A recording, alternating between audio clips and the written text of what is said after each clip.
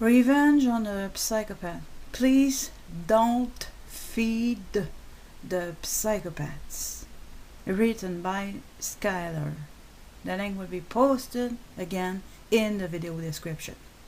I'm reading articles about psychopathy that I believe are of extreme importance. Starting to read the article. Revenge, justice, punishment. Those concepts are sometimes used interchangeably when discussing how we might respond to a psychopathic attack.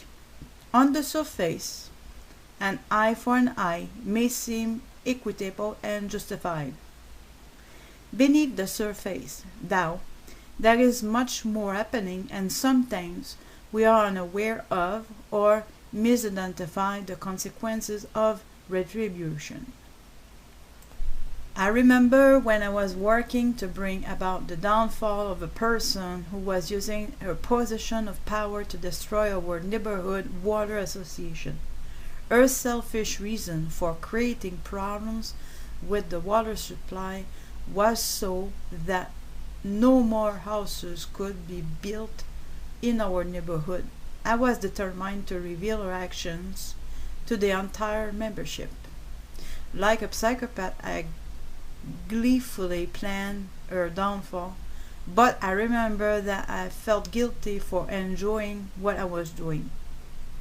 I did not and still don't feel guilty for what I did, but only for enjoying it.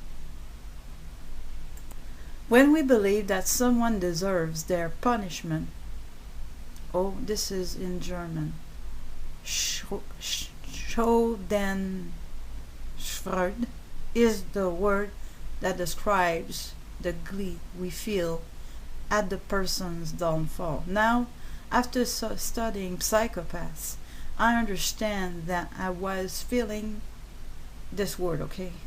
SCHADENFREUDE.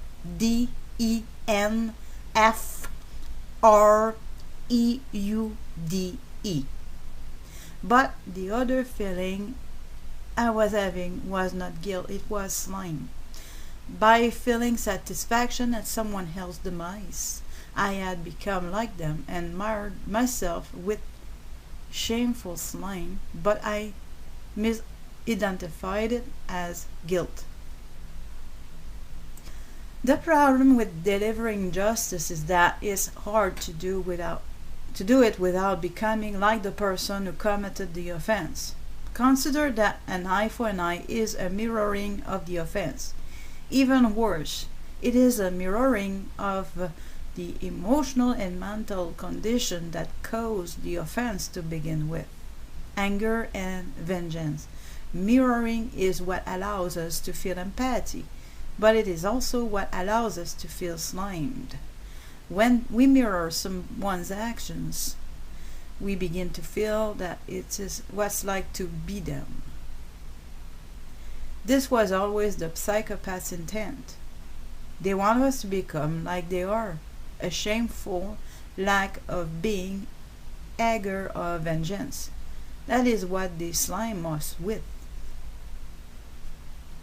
So, if we must avoid mirroring the psychopath by seeking revenge or justice, what are our options?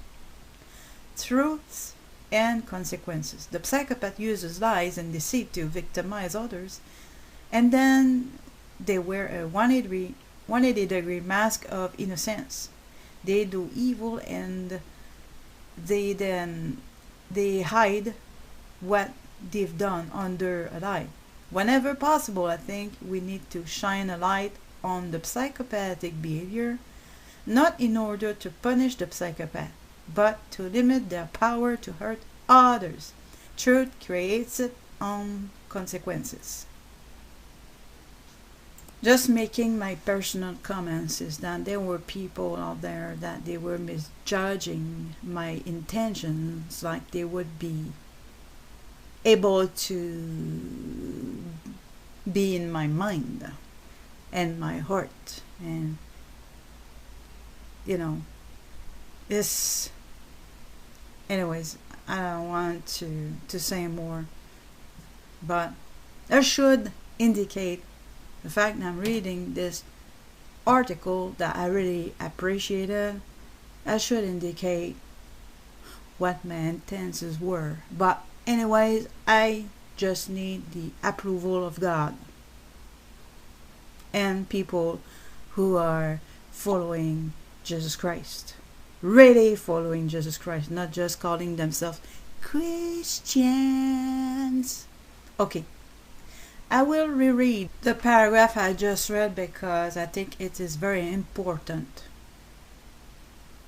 Truth and consequences. The psychopath uses lies and deceit to de-victimize others, and then they wear a 180-degree mask of innocence.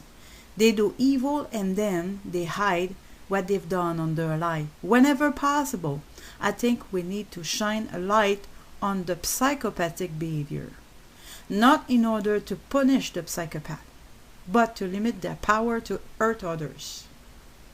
Truth creates its own consequences.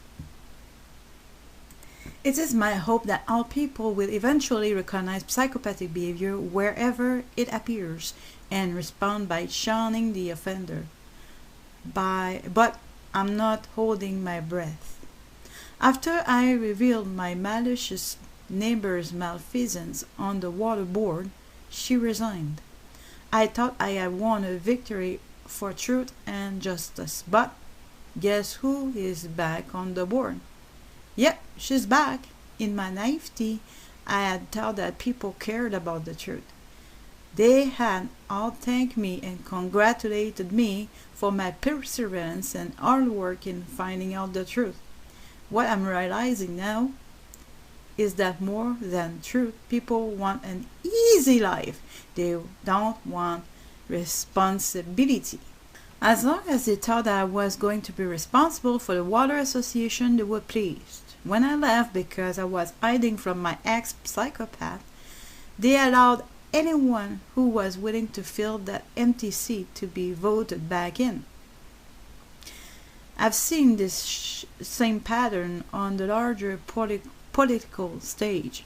An elected official conducts himself in an egregious manner and is removed from office, but only a few years after we find out when they are once again elected for office somewhere nearby.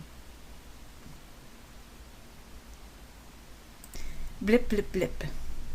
I think there are two reasons for this response by the public. First, many people don't understand the dysfunction that motivated the bad behavior in the first place, so they assume it won't happen again.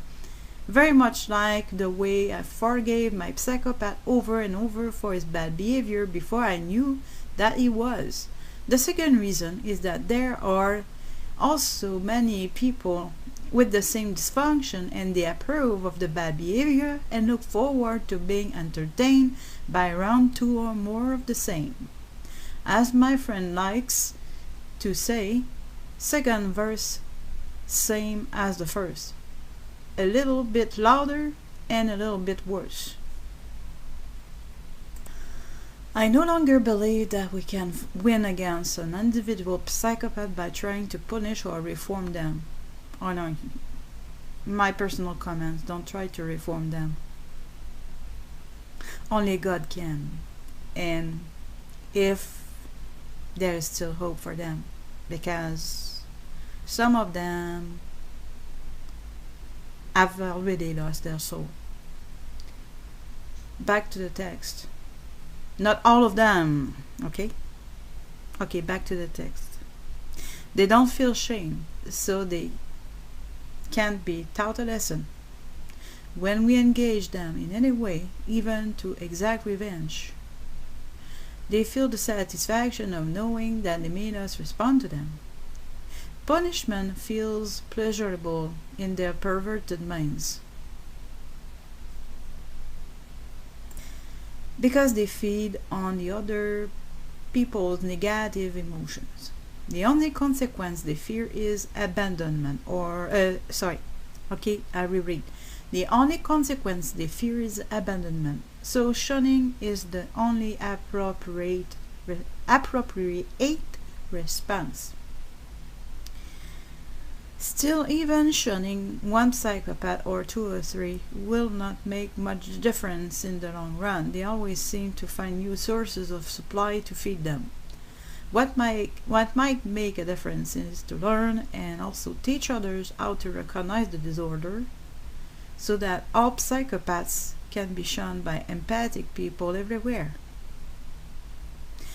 As much as their slime may make you wish for revenge, realize that any response only feeds a psychopath's disorder. So please don't feed the psychopaths. Thanks for listening.